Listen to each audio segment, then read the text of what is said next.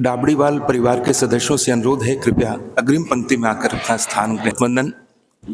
सस्य श्यामला बंग भूमि पर अपनी वाणी और अपने संदेशों से एक नई जागृति पैदा कर रहे हम सभी के श्रद्धेय मुनि श्री जिनेश कुमार जी और सहवर्ती सभी मुनिवृंद को सादर वंदन। समाज बंधुओं, आज की यह सभा है जहां हम अपने समाज के अत्यंत श्रद्धास्पद श्री राजेंद्र जी डाबड़ीवाल को श्रद्धासिक्त नमन करने के लिए, अपनी प्रणति निवेदित करने के लिए यहाँ उपस्थित हुए हैं। 29 जनवरी 1941 को अत्यंत संभ्रांत परिवार में जन्म लेने वाले आदरणीय राजेंद्र जी डाबड़ीवाल का पिछले 24 नवंबर 2024 को मुंबई में देहावसान हो गया। संध्या समय, सूर्यास्त का समय और ठीक इसी समय एक आलोकित जीवन यात्रा का अवसान निश्चित रूप से जहां भी जिस किसी व्यक्ति को भी इसकी सूचना मिली वह दुख से, शोक से भर गया। एक ऐसा समाज जिसे उन्होंने चरितात्माओं का विराजना होता था, उनके दर्शन करना उनके जीवन को एक नई ऊर्जा प्रदान करता था। हमारे समाज की कई संस्थाएं हैं, संघीय संस्थाओं में मित्र परिषद एक ऐसी संस्था रही है जिसके साथ उनका बड़ा ही आत्मिक जुड़ाव रहा। लगभग 20 वर्षों तक वे मित्र परिषद के चीफ ट्रस्टी के रूप में रहे। इसके साथ साथ राजारहाट में हमारे AMM-ERF के भी वे ट्रस्टी रहे। राजेंद्र बाबू का परिचय इस समाज को देने की आवश्यकता नहीं है, क्योंकि हम सभी जानते हैं कि वे उस परिवार से संबंध रखते हैं जिस परिवार के आदरणीय प्रभुदयाल जी डाबड़ीवाल को भारत सरकार ने पद्मश्री से नवाजा था, और हमारे 13 पंथ संघ ने जिनके परिवार के आदरणीय प्रभुदयाल जी को समाज भूषण सम्मान से विभूषित किया था। 3 गुरुओं की कृपा जिनके परिवार पर रही, गणाधिपति गुरुदेव तुलसी, आचार्य महाप्रज्ञ जी और महाश्रमण जी। एक ऐसा संस्कारिक परिवार और उस परिवार के एक सदस्य का जाना सिर्फ डाबड़ीवाल परिवार के लिए ही नहीं बल्कि समस्त समाज के लिए अत्यंत शोक की बात है। राजेंद्र जी डाबड़ीवाल के साथ बहुत सारे लोग यहाँ बैठे हैं जिनका आत्मीय जुड़ाव रहा होगा। पिछले वर्ष 3 दिसंबर 2023 का दिन मुझे याद आता है जब मित्र परिषद ने उनके पूज्य पिताजी शिवचंद्र राय जी डाबड़ीवाल की द्वारा लिखी हुई एक पुस्तक, जो उन्होंने अपने पन्नों में डायरी में नोट किए थे, कुछ कलम अपने विचार लिखे थे, पूज्य मुनिश्री के पावन सानिध्य में 3 दिसंबर 2023 को उस मान सरोवर पुस्तक का लोकार्पण हुआ था, जिसका नाम था मान सरोवर। मुझे याद है कि मान सरोवर पुस्तक के लोकार्पण के समारोह में अपने भाव व्यक्त करते हुए राजेंद्र बाबू की आंखों से आंसू बह निकले थे। वे अत्यंत भावुक हो उठे थे। और सबसे बड़ी बात यह है कि शिवचंद्र राय जी डाबड़ीवाल ने जिस पुस्तक को कलमबद्ध किया, राजेंद्र बाबू उस पुस्तक की भूमिका में लिखते थे। लिखा है उन्होंने कि एक दिन मैं 16 नंबर इंडिया एक्सचेंज प्लेस के अपने कार्यालय में बैठा हुआ था। मेरी आंखों के सामने अपने पूज्य पिताजी के लिखे हुए कुछ पन्ने सामने आए। मैंने उन पन्नों को संजोना शुरू किया। मेरे मन में भाव ये आए कि पिताजी के जीवन काल की जो घटनाएं हैं उनको मैं संजोऊं। और उन्होंने इस उपक्रम को अपने हाथ में लिया और पूरे अपने पिता के प्रति, अपने पिता और अपने पूर्वजों के प्रति सारी बातों को, सारे कागजात को इकट्ठा करना शुरू किया। और एक दिन वो समय भी आया जब वो सारे पन्ने जो हैं एक पुस्तक के रूप में हमारे समाज के सामने आए, और उस पुस्तक का प्रकाशन मित्र परिषद उनकी अपनी प्रिय संस्था ने किया। मैं दोस्तों 2-4 बातें उनके परिवार के उस पुस्तक के बारे में जो लिखी हैं वो बताना चाहता हूं। राजेंद्र बाबू का व्यक्तित्व कैसा रहा है इसके बारे में हम अपने समाज के प्रतिनिधियों से भी सुनेंगे। एक बात है जहां पर उस पुस्तक में शिवचंद्र राय जी लिखते हैं कि चिरंजीव राजेंद्र जब 5 वर्ष का था, एक दिन गद्दी में खेल रहा था। वहां बाबू शंभू दयाल जी और उनके छोटे भाई गजानन जी मायावाला बैठे हुए थे। उन्होंने शंभू दयाल जी को इशारा किया कि बालक बड़ा उज्जवल है। इसे मैंने बड़ा शुभ संकेत माना। भाई जी के पुत्र नहीं था, वो राजेंद्र को ही पुत्र तुल्य स्नेह देते थे।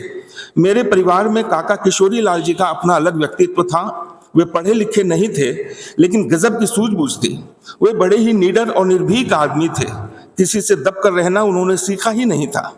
भाई जी प्रभुदयाल जी को बहुत प्यार करते थे। मुझे डाबड़ी का एक प्रसंग याद है।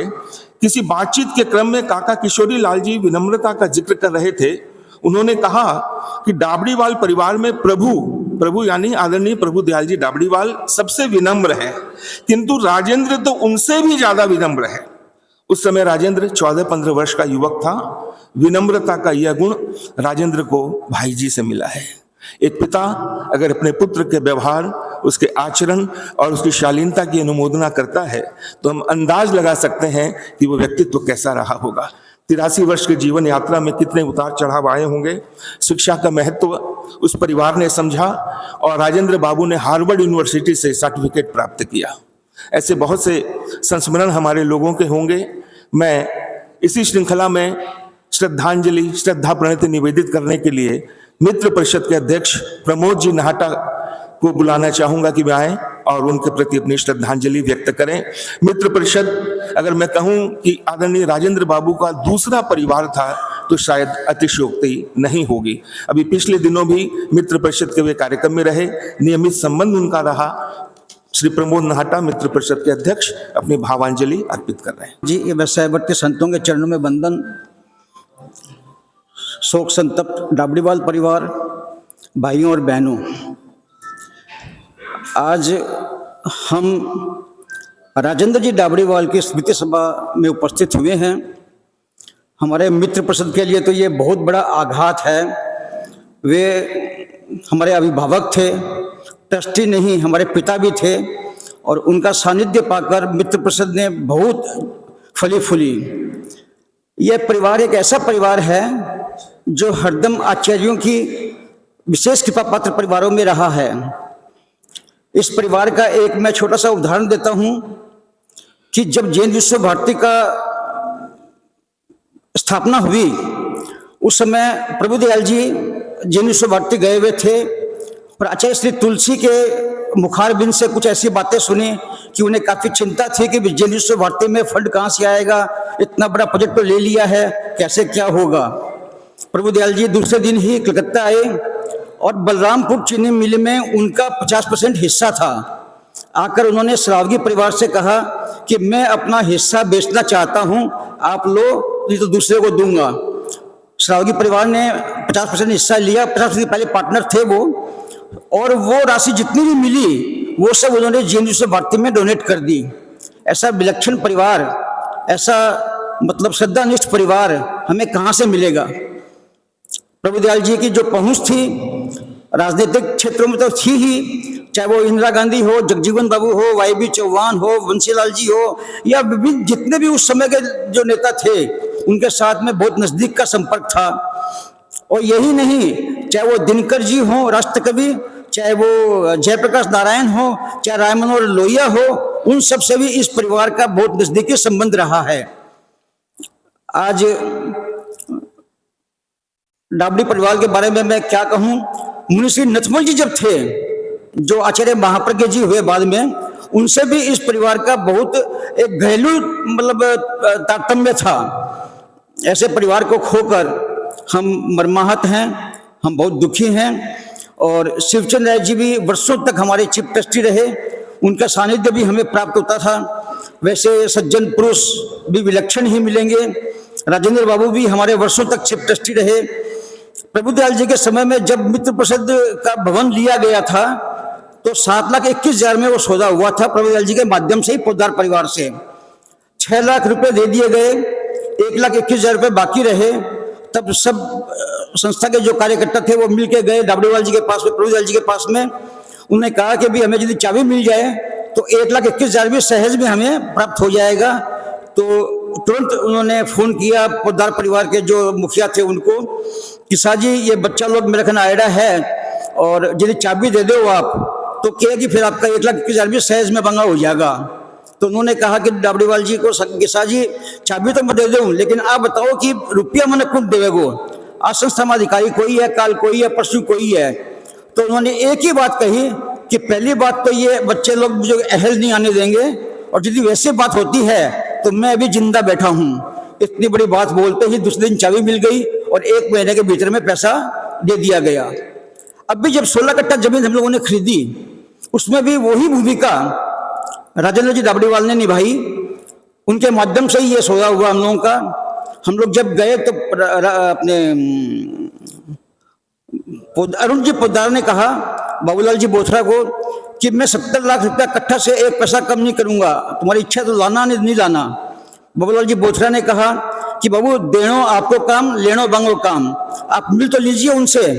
तब मैंने बाबू से कहा, राजेंद्र बाबू से, कि साहब आपको चलना पड़ेगा। बोले जरूर चलेंगे, क्या दिक्कत है, मेरी तरफ से लिए कुछ भी कर लेंगे। तो वो हम लोग साथ में गए। वहां पर उन्होंने अपनी बात रखी कि देखिए आपके लिए पैसे का कोई मूल्य नहीं है, लेकिन ये सामाजिक संस्था है। हमारे ताऊ जी का बहुत लगाव था इस संस्था के साथ में, हमारे पिताजी का भी बहुत लगाव था। तो मैंने कहा कि भाई ये भी हमारे चीफ ट्रस्टी भी यही हैं। तो उन्होंने कहा कि देखिए पैसा का कोई मूल्य नहीं है आपके लिए, आपको चिंतन करना चाहिए। हम लोगों ने जो 65 लाख रुपया इकट्ठा जो बोला है वो बहुत मतलब सोच के बोला है आपको। वो 2 मिनट चुप रहे, फिर तुरंत उन्होंने कहा कि ठीक है 65 लाख रुपया इकट्ठा में अपनी डील फाइनल हो गई, और वहां पर उन्होंने अपनी डील फाइनल कर ली। उसके बाद में कुछ विषम परिस्थितियां बनी, चंदा चिट्ठा इकट्ठा करने गए। तब एक दिन फोन आया राजेंद्र जी का, प्रमोद जी आज ऑफिस में आओ मेरे एक बार आप। तुरंत मैं गया, कहा कि कुछ बातें मैं आज मॉर्निंग वॉक में सुन के आया हूं, तो अपना कितना रुपया दे दिए। मैं भी 6 करोड़ रुपया अपने पेमेंट कर चुके हैं और 2 करोड़ रुपया कल परसों में और दे देंगे। बोला आप बिल्कुल भी टेंशन मत लीजिएगा, मैं यहाँ पर कोई इतना मेरा परिचय नहीं है, लेकिन बाहर में 2-4 फोन कर दूंगा तो दूसरे दिन रुपया ट्रांसफर होके आ जाएगा, आप बिल्कुल भी टेंशन मत लीजिएगा। इतनी बड़ी बात बोलना कौन बोल सकता है? ये तो वही बोल सकता है जिसका संस्था के साथ में आंतरिक लगाव हो। ऐसे व्यक्ति को खोकर, और उनकी साधारण मतलब क्या बताऊं, उनकी जो सेवाएं थी समाज को, उनका सादगीपूर्ण जीवन। आश्चर्य की बात है कि वैसा व्यक्ति घड़ी नहीं पहनता था, मोबाइल नहीं रखता था। इन 4-5 वर्षों में उन्होंने मोबाइल रखना शुरू किया है। पहले वो घड़ी भी नहीं रखते थे और मोबाइल भी नहीं रखते थे। बोले कि ये दुख का कारण है, मैं क्यों रखूं दरकार क्या, मैं सब जगह मेरी ऑफिसों में फोन है, जिसको संपर्क करना है वो अपने आप कर लेगा। ऑफिस में जब वो कलकत्ता में होते तो प्राय 15-20 दिन से वो फोन करके बुला लेते और अपने हाथ से चाय बनाकर ऑफिस में पिलाते थे। ऐसे सद्गुणी आदमी, ऐसे मतलब बहुआयामी व्यक्तित्व के धनी को खोकर हम बहुत मर्माहत हैं। वो जहाँ कहीं भी उनकी आत्मा है, मैं उनके प्रति श्रद्धांजलि व्यक्त करता हूँ और ईश्वर से यही प्रार्थना करता हूँ कि उनको ऊर्ध्व गति प्रदान करे, आध्यात्मिक गति प्रदान करे। इसी मंगल कामना के साथ मैं मेरी तरफ से और मित्र परिषद परिवार की तरफ से हार्दिक श्रद्धांजलि व्यक्त करता हूँ। ओम अरहम।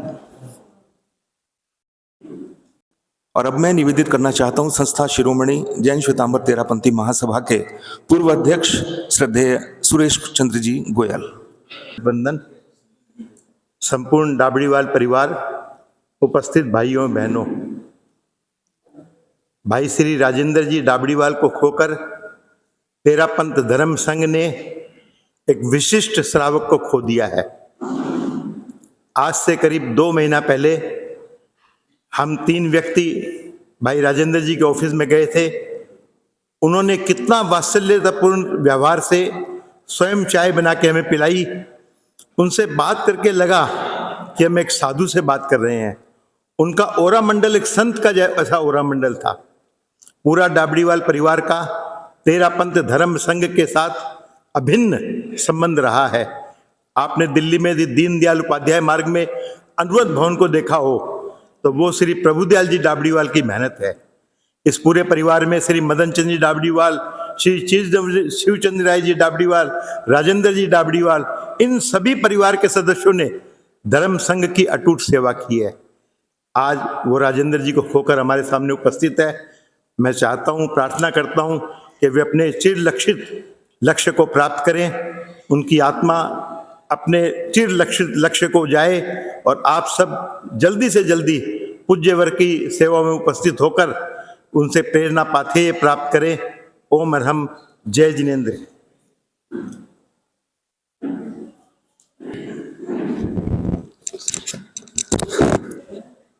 श्रीमान सुरेंद्र जी चौरड़िया जैन विश्व भारती के अध्यक्ष रहे हैं, महासभा के भी अध्यक्ष रहे हैं और आदरणीय राजेंद्र जी डाबड़ीवाल के जीवन से बहुत प्रेरणा उन्होंने प्राप्त की है। लंबा समय इस परिवार के साथ उन्होंने व्यतीत किया है। उनसे निवेदन है अपनी भावांजलि अर्पित करें। श्री सुरेंद्र जी चौरड़िया, श्री प्रमोद जी बैद। सभक्ति नमन।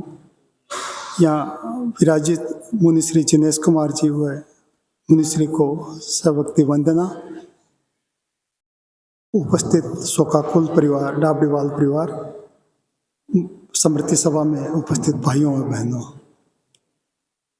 तेरापंथ धर्म संघ का एक सुपरिचित प्रतिष्ठित कलकत्ता प्रवासी डाबडीवाल परिवार के वरिष्ठ सदस्य आदरणीय श्री राजेंद्र जी डाबडीवाल का आकस्मिक निधन हम सब के लिए गहरा आघात है। डाबडीवाल परिवार की संघीय व सामाजिक सेवाओं का एक गौरवशाली योगदान रहा है। इस परिवार ने संघ और समाज को अनेक रूप में विशिष्ट सेवाएं दी हैं।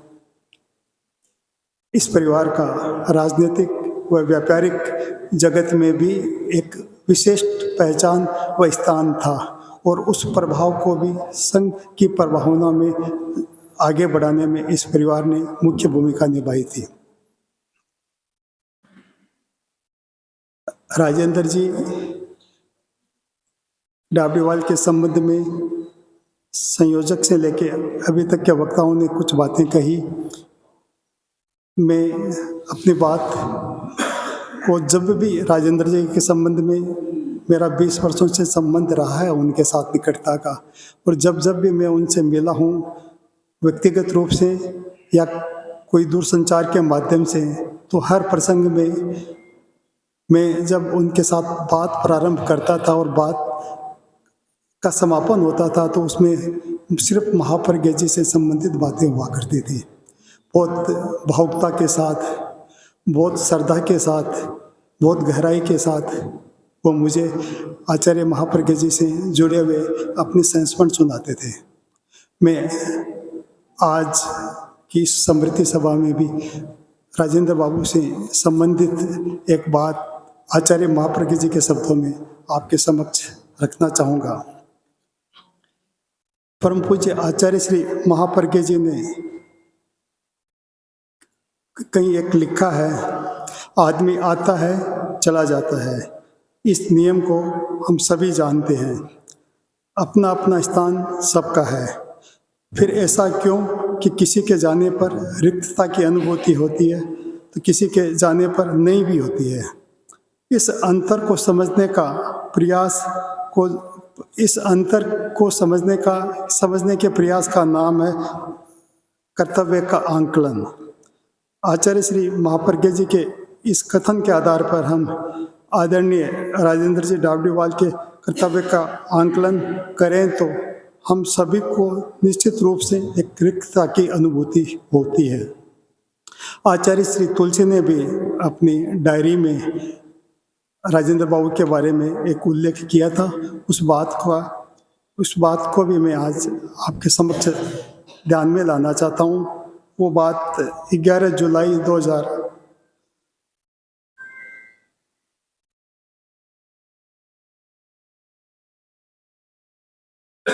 आचार्य तुलसी ने अपनी निजी डायरी में लिखा है, शिवचंद्र राय जी डाब का पुत्र राजेंद्र बहुत समझदार और प्रभावशाली व्यक्ति है, चिंतक और आधुनिक है, सात्विक विचारों वाला युवक है।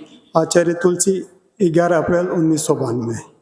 आचार्य के द्वारा ऐसी बात अपनी निजी डायरी में लिखना किसी बहुत बड़े सौभाग्य से कम नहीं है। वो व्यक्ति राजेंद्र जी थे, वो डाबडीवाल परिवार से थे। वो व्यक्ति, वो परिवार, उस परिवार से संबंध रखने वाले सभी जन अपने आप को हम सौभाग्यशाली समझते हैं। ऐसे व्यक्ति का चला जाना निश्चित रूप से समाज और परिवार के लिए अपूर्णीय क्षति है। व्यक्तिगत रूप से संस्थाओं के लिए भी एक गहरी क्षति है। उन्होंने बहुत लंबे समय से संघ और समाज की जो सेवाएं की है, जो पोषण किया है, वो कमी हमें हमेशा खिलती रहेगी। मैं आज इस स्मृति सभा में उनके साथ बिताए हुए पलों के सुखद क्षणों का स्मरण करते हुए उन्हें अपनी ओर से हार्दिक श्रद्धांजलि अर्पित करता हूँ। जैन विश्व भारती परिवार की ओर से उन्हें हार्दिक श्रद्धांजलि अर्पित करता हूँ। डाबडीवाला परिवार जैन विश्व भारती का एक ऐसा परिवार था जिसके बदौलत जैन विश्व भारती खड़ी हुई और आज इस रूप में समाज के समक्ष है। मैं कृतज्ञता ज्ञापित करता हूँ संयोजक महोदय के प्रति, संस्था परिवार के प्रति, जिन्होंने मुझे आज की स्मृति सभा में अपनी बात रखने का अवसर दिया, अपनी भावनाएं व्यक्त करने का अवसर दिया। दिवंगत आत्मा के प्रति हार्दिक श्रद्धांजलि, उसकी उन्नयन की कामना के प्रति। निकट संबंध रहा था सुरेंद्र चौरड़िया जी का राजेंद्र जी के साथ। भावुक होना भी स्वाभाविक है। कितने संस्मरण इस लंबी जीवन यात्रा में व्यक्तित्व के बन जाते हैं। अगली श्रद्धांजलि अर्पित करेंगे जैन विश्व भारती के मंत्री श्री प्रमोद जी बैत। उनके बाद AMMERF की ओर से श्री सुरेंद्र जी बोरड़। अत्र विराजित मुनिश्री जिनेश कुमार जी, मुनिश्री कुणाल कुमार जी को उथेन वंदनामि।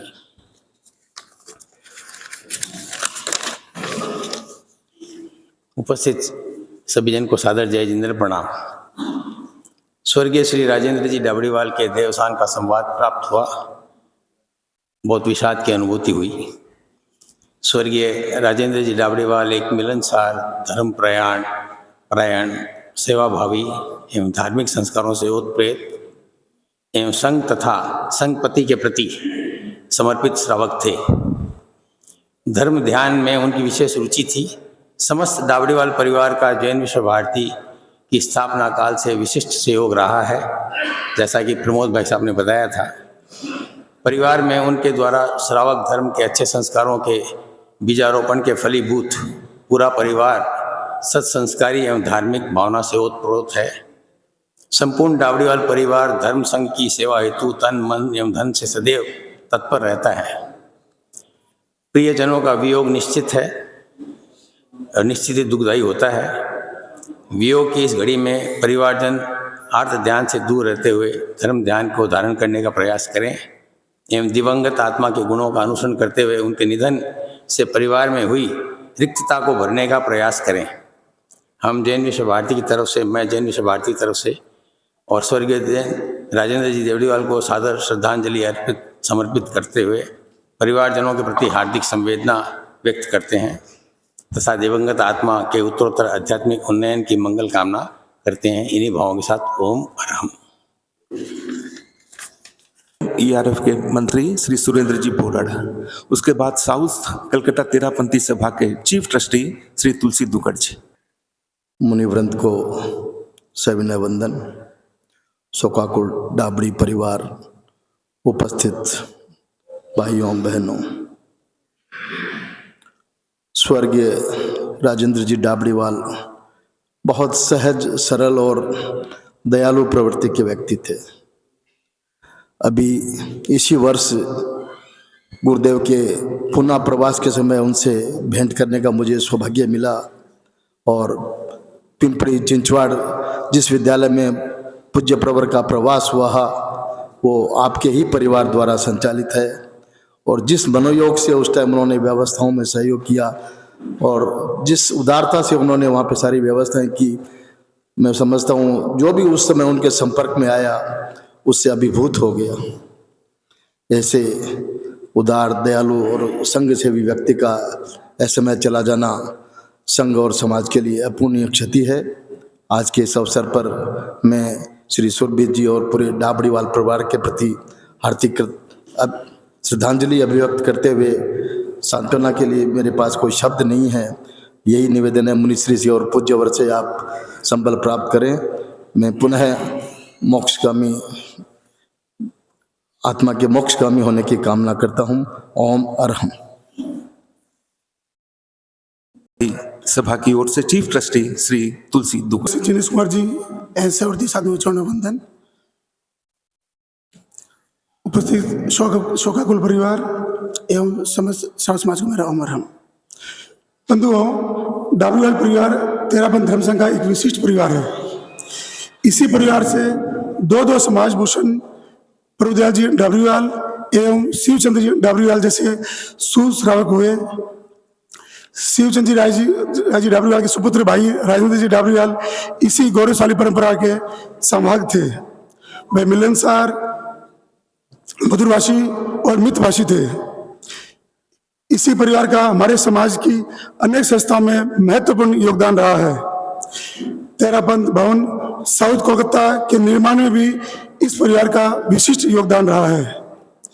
साउथ कोलकाता क्षेत्र में विचरण करने वाले चरित आत्माओं का भी इनके निवास स्थल पर अनेक बार प्रवास होता रहा है। भाई राजेंद्र जी के जाने से परिवार भी नहीं अपितु समाज की अपूर्णीय क्षति हुई है। मैं दिवंगत आत्मा को साउथ कोलकाता जैन सदामृत तेरापंथी की ओर से श्रद्धा सुमन अर्पित करता हूं और उनकी आत्मा के आध्यात्मिक और उनकी कामना करता हूं। ओम हरम। मैं छोटे भाई कमल का भी उनसे बहुत अच्छा लगा था, उसकी सारी अगर नहीं आ सका वो, तो उसकी भावना में प्रस्तुत कर रहा हूं। श्रीमान राजेंद्र जी डाबरीवाल के निधन का समाचार अत्यंत दुखद है। उनका जाना उनके परिवार के लिए नहीं, हम सभी के लिए, समाज के लिए और विशेषकर मित्र परिषद के लिए एक गहरा आघात है, एक अपूर्णीय क्षति है। पूज्य डाबरीवाल जी भले ही भौतिक रूप से हमारे साथ नहीं है, किंतु उनके आशीर्वाद की इच्छाओं सदैव पारिवारिक जन, समाज और विशेषकर मित्र परिषद के साथ है। दुख की इस विकट घड़ी में हमारी संवेदनाएं शोकाकुल परिवार के साथ है। ईश्वर से प्रार्थना करते हैं कि दिवंगत आत्मा को अपने श्री चरणों में स्थान दे। ओम शांति। में वंदना। यहाँ विराजित मुनि श्री जिनेश कुमार जी एवं सहवर्ती संतों के चरणों में भाव भरी वंदना। पधारे हुए सभी विद्वत जन, श्रावक एवं श्राविका समाज, आज हम आदरणीय राजेंद्र बाबू की स्मृति सभा में यहाँ उपस्थित हुए हैं। ऐसे लग रहा है जैसे मैंने तो इस परिवार को बहुत नज़दीक से देखा था, क्योंकि शिवचंद्र राय जी मुझे जैसे बेटी के समान ही मानते थे। मेरे यहाँ भी उनका आना जाना था और मेरा भी वहाँ पर आना जाना लगा रहता था। संग काल के अनंत प्रवाह में न जाने कितने आते हैं चले जाते हैं, लेकिन कुछ व्यक्तित्व ऐसे होते हैं जो चले जाने के बाद भी सदियां उनको याद रखती है। राजेंद्र बाबू एक ऐसा ही व्यक्तित्व था। उनके साथ सभी बंधुओं ने अभी याद किया, मैं याद करूंगी उनकी धर्मपत्नी श्रीमती इंदू जी। यहाँ पर मंत्री मुनि का विराजना था। शायद कोई व्याख्यान ऐसा नहीं था जो इंदू जी ने नोट न किया हो। वो व्याख्यान में सर्वप्रथम आती और संघ सेवा का इससे बड़ा उदाहरण सोच नहीं पाते हैं। मैंने प्रभुदयाल जी को भी देखा था, उनकी राजस्थानी बोली में आचार्य श्री तुलसी से बातें करते हुए सुना था और उनके परिवार पर जो वात्सल्य और जो गुरु भक्ति डाबरीवाल परिवार के थी, शायद समाज और राष्ट्र में जो किया काम उन्होंने और संघ की सेवा के लिए जो काम प्रभुदयाल जी, शिवचंद्र राय जी, राजेंद्र बाबू ने किया, एक संस्था ही नहीं अनेक संस्थाओं में उनका योगदान था। मित्र परिषद तो शायद उनके क्या बोलते हैं दत्तक पुत्र था, क्योंकि प्रभुदयाल जी से लेकर शिवचंद्र राय जी डाबरीवाल और राजेंद्र बाबू तक पूरा मित्र परिषद परिवार के साथ उनका बहुत ही लगाव था। और मैंने उनको परिवार को बहुत नज़दीक से देखा, इतना सादगीपूर्ण उनका परिवार और न जाने कितने धर्मवीरों। शिवचंद्र राय जी डाबरीवाल कभी कभी मैं जाती घर में तो बोलते, तारा कोई असुस तो कोनी है नहीं, तुम देख ली। मैं क्यों कोई असुस्ती चीज़ को नहीं बाबूजी देख लूँ मैं, लेकिन उनके ऐसे लगता है कि कोई चीज़ ऐसी नहीं हो कि मेरे घर से असुस्ती पार्टी में चली जाए। ऐसे सोचो, धर्म के प्रति जो आस्था रखने वाले परिवार में आज इतने बड़े समाज के एक मतलब व्यक्तित्व का चला जाना, समाज के लिए नहीं अनेक संस्थाओं के लिए, और ऐसा लगता है कि पूरे परिवार में तो एक क्षति है ही, लेकिन समाज में भी एक बहुत बड़ी क्षति है।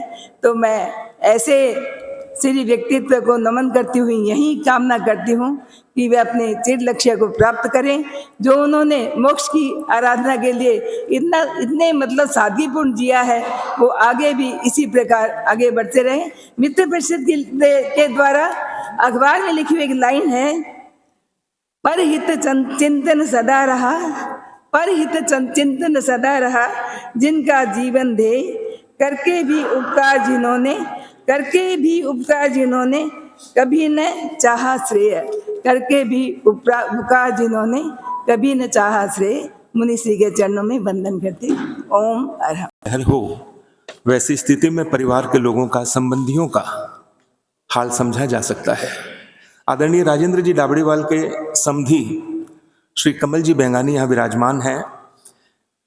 कमल जी का ये मानना है कि राजेंद्र जी के परिवार में उनका संबंध होना उनके परिवार का संबंध होना, ये उनके परिवार का सौभाग्य का सूचक था। कितनी बड़ी बात अपने संबंधी के लिए, और एक ऐसे संबंधी जो संबंधों से ऊपर उठकर एक मित्रवत, एक भाई की तरह से व्यवहार करें। उस रिश्ते की सजगता को, उस रिश्ते की आत्मीयता को हम महसूस कर सकते हैं।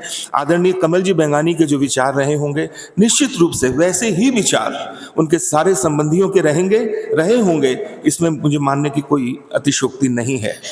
परिवार की ओर से हम आदरणीय माणक चंद जी साहब डावड़ीवाल को सुनेंगे, लेकिन उसके पहले हमारे पास में पूज्य प्रवर के संदेश प्राप्त हुए हैं। साध्वी प्रमुखा जी ने भी संदेश भेजा है, मैं उसका वाचन करता हूं। उसके बाद हम माणक चंद जी को सुनेंगे और उसके बाद पूज्य महाराज श्री को। और हम 26 नवंबर 2024, दुनिया की एक व्यवस्था है कि जन्म लेने वाला व्यक्ति एक दिन मृत्यु को भी अवश्य प्राप्त होता है। जन्म के साथ मृत्यु भी जुड़ी हुई रहती है। यह नियम इतना व्यापक है कि तीर्थंकर और चक्रवर्ती भी इसके अपवाद नहीं हैं। शरीर नश्वर है, आत्मा को अमर कहा गया है। संयोग के साथ वियोग भी जुड़ा रहता है। ज्ञात हुआ है कि श्री राजेंद्र जी डाबड़ीवाल का देहावसान हो गया। डाबड़ीवाल परिवार तेरापंथ धर्म संघ से बहुत जुड़ा रहा है। श्री शिवचंद राय जी भी संपर्क में रहते थे। उनके पुत्र श्री राजेंद्र जी का भी तेरापंथ धर्म संघ से जुड़ाव रहा। हमारी पिंपरी चिंचवड़ प्रवास डाबड़ीवाल परिवार से संबंधित विद्यालय में रहा तो श्री राजेंद्र जी आदि ने वहां रहकर सेवा का लाभ लिया। इस समय उनके सभी पारिवारिक जन व संबंधी जन धैर्य और मनोबल रखें तथा नमस्कार महामंत्र आदि के जप के द्वारा आध्यात्मिक माहौल निर्मित करने का प्रयत्न करें। सूरत, आचार्य श्री महाश्रमण। प्रमुखा विश्रुत विभा जी का भी संदेश प्राप्त हुआ है।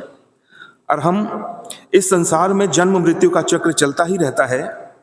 कोई भी दिन ऐसा नहीं जाता जिस दिन जन्म मरण घटित वह न हुआ हो। इस प्रवाह को रोकना किसी के बस की बात नहीं है। मुंबई प्रवासी डाबड़ी निवासी स्वर्गीय शिवचंद राय जी के सुपुत्र श्रीमान राजेंद्र जी डाबड़ीवाल का देहावसान हो गया। डाबड़ीवाल परिवार धार्मिक तथा संघ व संघपति के प्रति समर्पित है। स्वर्गीय शिवचंद राय जी धार्मिक प्रकृति के व्यक्ति थे। तेरापंथ धर्म संघ के प्रति उनकी अटूट आस्था थी। सामाजिक क्षेत्र में भी उनका वर्चस्व था। डाबड़ी गांव के उत्थान में उनकी महत्वपूर्ण भूमिका रही। उनके सुपुत्र श्रीमान राजेंद्र जी धार्मिक प्रवृत्ति के व्यक्ति थे। चारित्रात्माओं की सेवा और यथानुकूलता लाभ उठाते रहते थे। सुपात्र दान की उनकी प्रबल भावना रहती थी। उनके जाने से डाबड़ीवाल परिवार का आहत होना स्वाभाविक है। मृत्यु अपरिहार्य घटना है। इस सच्चाई को स्वीकार करके इस दुखद घटना को समभाव से सहन करें। यथानुकूलता आचार्य प्रवर से आध्यात्मिक संबल प्राप्ति का प्रयास करें। सूरत, गुजरात, साध्वी प्रमुखा विश्रुत विभा जी। परिवार की ओर से मेरा अनुरोध, माणक चंद जी साहब डाबड़ीवाल। सुबह में नाटा जी का फोन आया कि आपको 2 शब्द बोलने हैं। मैंने कहा कि मैं हिम्मत नहीं जुटा पाऊंगा बोलने के लिए। उन्होंने कहा कि मानिक जी आप बड़े हैं, परिवार में सबसे बड़े हैं, आपको हिम्मत जुटानी होगी, 2 शब्द बोलना होगा, हम लोगों को भी आपसे बात सुनने का अच्छा लगेगा। मैंने कहा ठीक है, मैं चेष्टा करूंगा।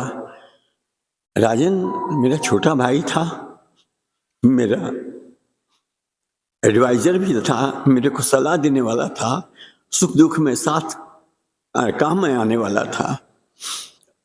उसके साथ मेरा जो संबंध था, मेरा जो वो रोज का उठना बैठना था, इतना ज़्यादा उसका प्रगाढ़ स्नेह था मेरे साथ, मेरे ऊपर में, कि मैं आपको बता नहीं सकता हूँ।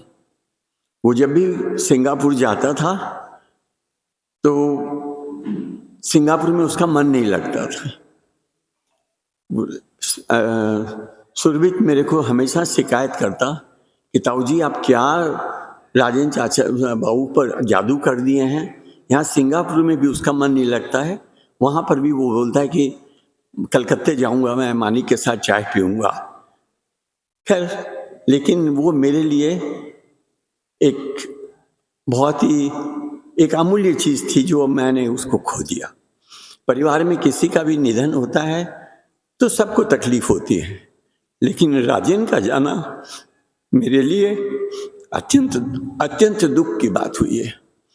आज जैसे ही उन्होंने कहा बोलने का, मैं सोचने लगा मैं क्या बोलूं। एक एक करके विचार मन में आते गए और समुद्र की तरह से वो विचार तो डूब जाते, दूसरा विचार आ जाता। मैं जोड़ ही नहीं पाता था कि मैं ये चीज़ बोलूँगा, ये बोलूँगा, ये बोलूँगा। और अभी भी मेरी मनस्थिति ऐसी है कि मैं बहुत कुछ बोलने के इसमें लायक भी नहीं हूँ, याद भी नहीं आ रहा है कि मैं क्या बोलूँ और क्या नहीं बोलूँ। जैन समाज के लिए भी उसका बहुत मन में था हमेशा, मानिक आज मेरे को वहाँ पर जाना है, मित्र परिषद में जाना है। और तो हमेशा बात करता था कि ये प्रोग्राम हो रहा है, ये डेवलपमेंट हो रहा है, ये हो रहा है, सारा बताता था। शाम की हम लोगों की चाय 5 बजे कैलकाटा क्लब में एकदम पक्का था। हमेशा आंधी हो, पानी हो, लू हो, ठंडी हवा हो, उसका फोन आता था, मानिक अपने चलते हैं ना वहाँ पर। मैं कभी अगर व्यस्त भी था तो मैं उसके लिए बोलता मेरे पास में कोई काम नहीं है, आ जाओ। और हम लोग 1 घंटा बैठ करके, मेरे को बड़ा आराम लगता था कि उसका भी मन हल्का हुआ मेरे से बात करके। बम्बई में 1.5 महीने से वो था, 5 अक्टूबर को गया था। किसी से बात नहीं करता था, फोन बात ही नहीं करता था। एक मेरे लिए फिक्स टाइम कॉल था, 11 बजे कॉल आता था। मैं राजन का कॉल आया, सुबह राजन का कॉल आया, और वो था कभी 5 मिनट बात करता, कभी 10 मिनट करता, कभी 15 मिनट करता। उसके पीठ में बहुत दर्द था। एक दिन वो बोला, हम बोले राजन आज तुम्हारा आवाज मेरे को अच्छा लग रहा है। बोला हाँ दर्द थोड़ा सा कम है। फिर बात करते करते वो बोला कि डॉक्टर बोला है कि तुम्हारा वो CT स्कैन होगा, मतलब तुम्हारा आवाज़ थोड़ा ठीक है, वो थोड़ी प्रोग्रेस है। मैं देखो मैंने तुमको पहले ही कहा था कि तुम्हारी आवाज़ आज बेटर लग रही है। बोला एक बात बताऊं, मैं आज पहली दफ़ा कुर्सी पर बैठ के तेरे से बात कर रहा हूँ। तो मैंने कहा कि इतने दिन तक जो बात कर रहे थे वो कैसे करे थे? बोले मैं लेट के बात करता था, पर तुमसे बात करने का मेरा मन होता था तो मैं केवल अपने परिवार में तुमसे ही बात करता था। मैंने कहा ठीक है, बहुत अच्छी बात है, लेकिन कष्ट मत लो, अपनी बात हो जाती है, यही बहुत है, और टेक रेस्ट। बोला नहीं मेरे को बहुत आराम मिलता है। मैं ठीक है बात करूँ। इसके बाद में उसका मन रहता था मेरे से बात करने का, मौका ढूंढता रहता था कि क्या बात करूँ क्या नहीं करूँ। अच्छा सारी बात हो गई, परिवार के बारे में पूछ लिया। मैंने बताया कि हावड़ा में हम लोग गए थे महाराज के सानिध्य में, उन्होंने बुलाया था। अच्छा बहुत अच्छा है, कौन कौन गए थे सबका बताया। सारी बात हो गई तो बोला अच्छा ठीक है, अब मेरे को तुम बाहर की खबर बताओ, विदेश की बताओ, इजराइल का क्या हुआ, रूस का क्या हुआ। हम बोले यार तुम्हारी तबीयत ठीक नहीं है। बोले नहीं मेरे को अच्छा लगता है, तुम मेरे को बताओ। तो मैं फिर वो सारी बात उसको बताने लगता, लेकिन बात करके उसको जो मन में सुकून होता था उससे ज़्यादा मेरे मन में होता था कि मैं आज उससे बात कर सकूं। आज बड़ी हिम्मत करके मैं ये सारे अपने विचार रख रहा हूँ, और जहाँ पर भी उसकी हो आत्मा हो उसको सुख शांति मिले, भगवान उनकी आत्मा को शांति दे, मैं यही कहता हूँ। आदरणीय प्रभुदयाल जी, शिवचंद राय जी और डाबड़ीवाल परिवार का समाज को इतना कुछ दिया हुआ है, इतनी बड़ी लंबी लकीर उन्होंने खींच दी थी कि राजेंद्र जी ने जब यौवन काल में अपने जीवन को संभाला, उसके बाद उन्हें भी वही संस्कार मिले और उन्होंने भी अपने पूर्वजों की लकीर को लंबा किया। मानसरोवर पुस्तक में शिवचंद राय जी डाबड़ीवाल एक जगह लिखते हैं कि मैंने राजेंद्र को कभी भी गुस्सा क्रोध करते हुए नहीं देखा, और सबसे बड़ी बात कि वह बहुत व्यस्त हो गया है, कई कंपनियों का दायित्व तो उसके कंधों पर है, लेकिन जब भी उसे समय मिलता है वो रोज सुबह 10 से 15 मिनट तक आकर मेरे पास बैठता है। मैंने कभी राजेंद्र को क्रोध करते हुए नहीं देखा। एक बहुत बड़ी बात है, एक ऐसा जीवन जो हम सभी के लिए अनुकरणीय है। अब मैं पूज्य प्रवर मुनि श्री जिनेश कुमार जी से सादर सविनय अनुरोध करूंगा, परिवारजनों को, शोकाकुल समाजजनों को पाथेय प्रदान करें। महाराज जी के आशीर्वचन के पश्चात धन्यवाद आभार ज्ञापन करेंगे श्री भूपेंद्र जी श्याम सुखा। महावीर की वाणी है, नत्थि कालस्य अनागमो, मृत्यु का कोई समय नहीं है, कभी भी कहीं भी किसी भी अवस्था में किसी को भी आ सकती है। जीवन एक प्रवाह है, जिसका आदि बिंदु जन्म है, अंतिम बिंदु मरण है। जन्म और मरण का इतना मूल्य नहीं है जितना मूल्य है जीवन का। हमने जीवन कैसे जिया?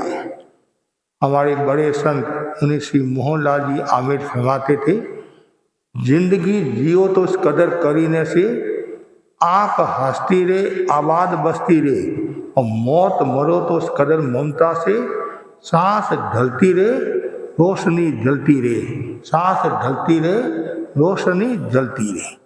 मुहूर्तों ज्वलितों श्रेयो नचे धुमाहितों चिरऊं। मुहूर्त भर के लिए जीवन जियो, आलोक बनकर, प्रकाश बनकर, उद्योत बनकर, अंगारा की तरह जीवन जियो। यदि आपने 100 वर्ष का जीवन भी लोहा की धोकनी की तरह जिया, व्यर्थ है, बेकार है। जो भी जीना है शान मान स्वाभिमान के साथ जीवन जीना चाहिए, और जो जागरूकता के साथ जीवन जीता है तो उसका जीवन सफल हो जाता है, और जो परमार्थ में जीवन जीता है उसका जीवन विफल हो जाता है। हमारे सामने आज डाबरी परिवार बैठा है, और डाबरी परिवार का प्रतिष्ठित सज्जन भाई श्रावक राजेंद्र जी को खो दिया है। और यह डाबरीवाल परिवार तेरापन धर्म संघ से जुड़ा हुआ, और तेरापन धर्म संघ के लिए इन्होंने बहुत अपनी सेवाएं दी है। प्रभुलाल जी डाबरीवाल, शिवचरण राय जी, कुंदनमल जी, मोहनलाल जी और मदन लाल जी, 5 भाइयों का यह परिवार। 5 भाइयों में एक भी भाई मौजूद नहीं है, और बहनों में एक बेला बाई मौजूद है, जो आज भी सक्रिय है। संग संग पति के प्रति पूर्ण आस्था है, और समय समय पर दर्शन करती है, गोचरी की भावना भाती है। कितनी लगन है इस परिवार में। और मैंने भी इस परिवार को 2-3 बार सेवा कराई है। आज मेरे सामने जो प्रथम पंक्ति में जो श्रावक बैठे हैं, डाबरी परिवार के जो सदस्य, और समय समय पर ये दर्शन भी करते हैं। और सबसे पहले मुझे खेताराम ने बताया, निर्मल जी का फोन आया है कि राजेंद्र बाबू नहीं रहे हैं।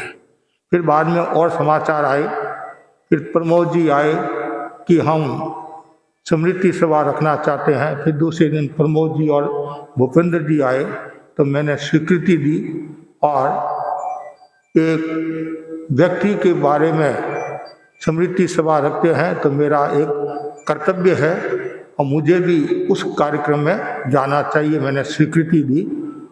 उठावना के कार्यक्रम में हम नहीं जाते हैं। यदि हम यहाँ हैं, उठावना है, तब तो शरीक हो जाते हैं, और लेकिन ऐसे चलाकर नहीं जाते हैं। स्मृति सभा का एक अलग रूप होता है।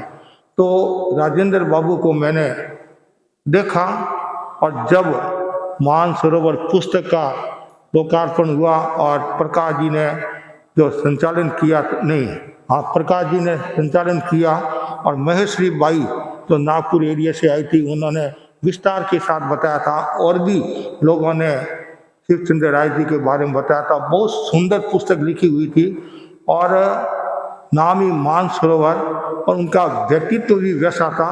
और मैंने भी उनको देखा था गुरुदेव की सन्निधि में। और राजेंद्र बाबू इस उम्र में भी सक्रिय थे, चिंतनशील थे, व्यवहार कुशल थे, हितभाषी थे, सहज सरल थे, और विनम्र थे।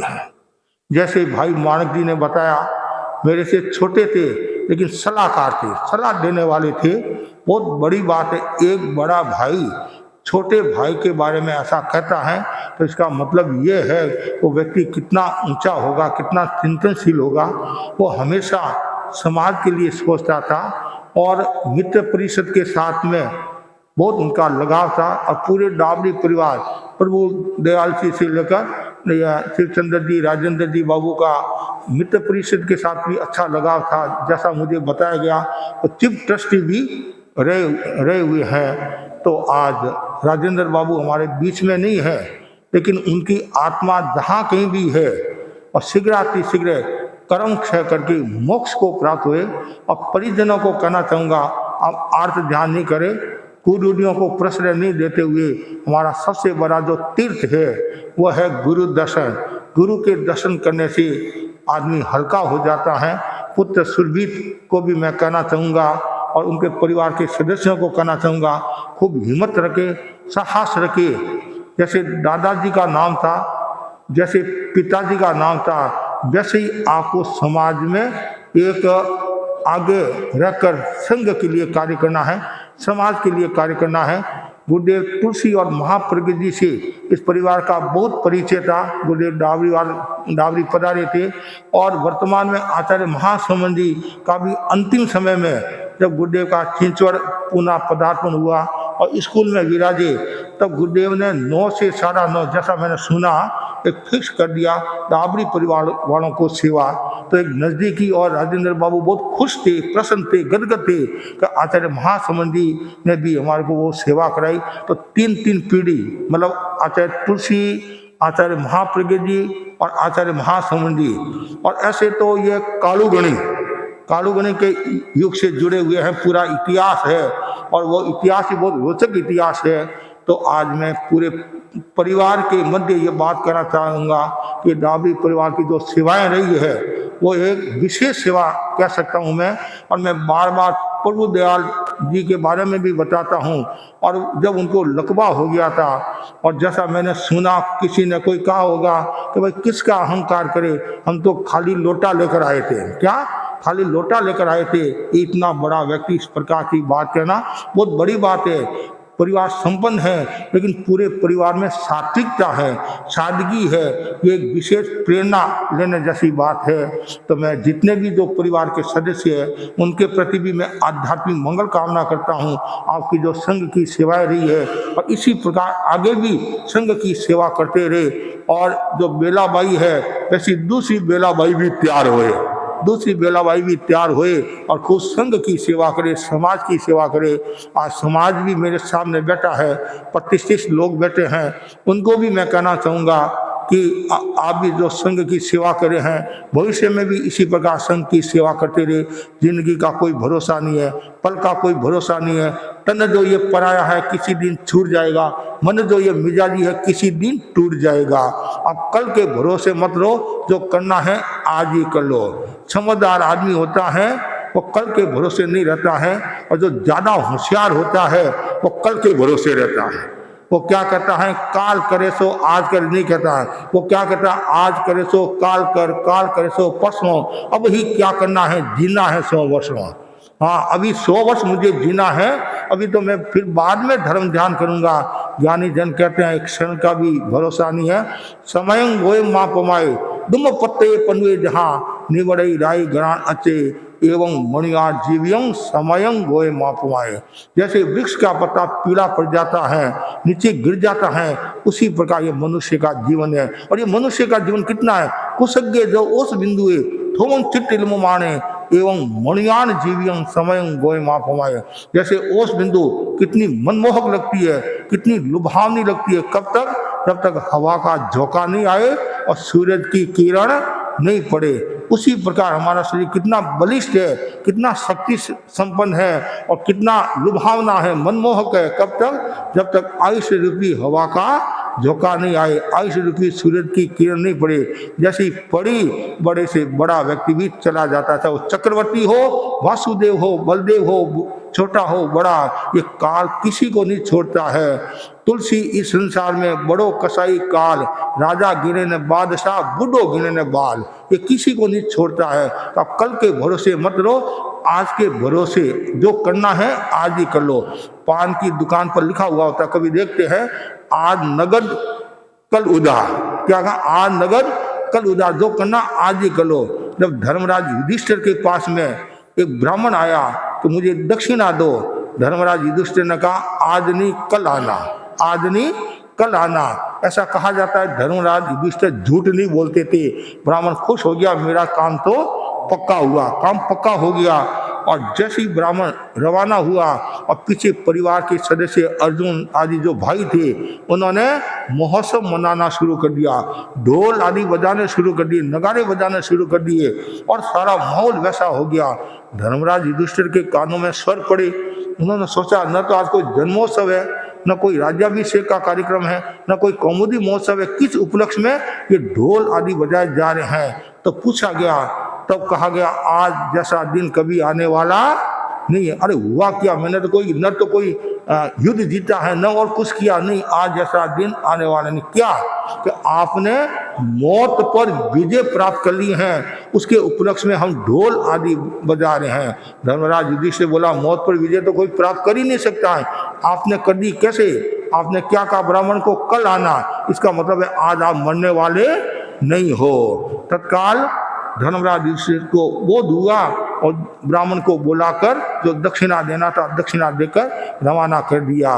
लेकिन आप कैसे, आप धर्मराज युधिष्ठिर की तरह हो या और किसी की तरह हो, तो लेकिन जो व्यक्ति धर्मराज युधिष्ठिर की तरह सजग रहता है वो आत्मा का कल्याण कर लेता है। पूज्य गुरुदेव तुलसी महाप्रज्ञ जी आदि धर्माचार्य यही बात बताते हैं, हर पल हर क्षण सजग रहना चाहिए, जिंदगी का कोई भरोसा नहीं है। और राजेंद्र बाबू तो लास्ट के दिनों में थोड़ी स्वास्थ्य भी उनका थोड़ा नरम रहा और मुंबई भी उनको रहना पड़ा, लेकिन आज वो हमारे बीच में नहीं है। तो पूरे परिवार को मैं कहना चाहूँगा, उनमें जो संस्कार थे, उनमें जो सद्गुण थे, वो सद्गुण आपके जीवन में भी आए और आप भी संघ की समाज की सेवा करते रहे। तो मैं सब पूरे परिवार के प्रति, समाज के प्रति यही मंगल कामना करता हूँ, खूब धर्म संघ की सेवा करे और देव गुरु धर्म के प्रति आस्था रखे और संघ संपत्ति की आराधना करते हुए आत्मा की आराधना करे। इसी आशा के साथ ओम अरहम। बात का है कि कौन कैसे जीता है। आज लोगों की आंखों में आंसू है, उसका कारण सिर्फ यह है कि राजेंद्र बाबू का जीवन अत्यंत सार्थक था। मित्र परिषद के साथ प्रमोद जी ने बताया कि किस प्रकार रजिस्ट्री और उसके विविध पक्षों के बारे में राजेंद्र बाबू का कितना योगदान रहा। राजेंद्र बाबू के जीवन पर उनके पूर्वजों का बहुत प्रभाव रहा और यही कारण रहा कि वे एक निष्काम कर्मयोगी की तरह जीकर चले गए। जीवन के अंतिम समय में भी उन्हें इस बात का अंदाज था कि मित्र परिषद का एक बड़ा भवन बनकर खड़ा होगा। जाते जाते भी उन्होंने मित्र परिषद को भवन के निर्माण की दिशा में 2.5 करोड़ रुपए का चेक भुगतान कर दिया था। मित्र परिषद उनके इस उपकार को कभी नहीं भूलेगा। सभी व्यक्तियों के प्रति, मुनिश्री के प्रति कृतज्ञता ज्ञापित करने के लिए मित्र परिषद के महामंत्री श्री भूपेंद्र जी श्याम सुखा को मेरा मध्यान्ह बंदा। उपस्थित डाबड़ीवाल परिवार, पारिवारिक जन, समाज के वरिष्ठ सम्मानित व्यक्तित्वों को मेरा सादर जय जिनेंद्र।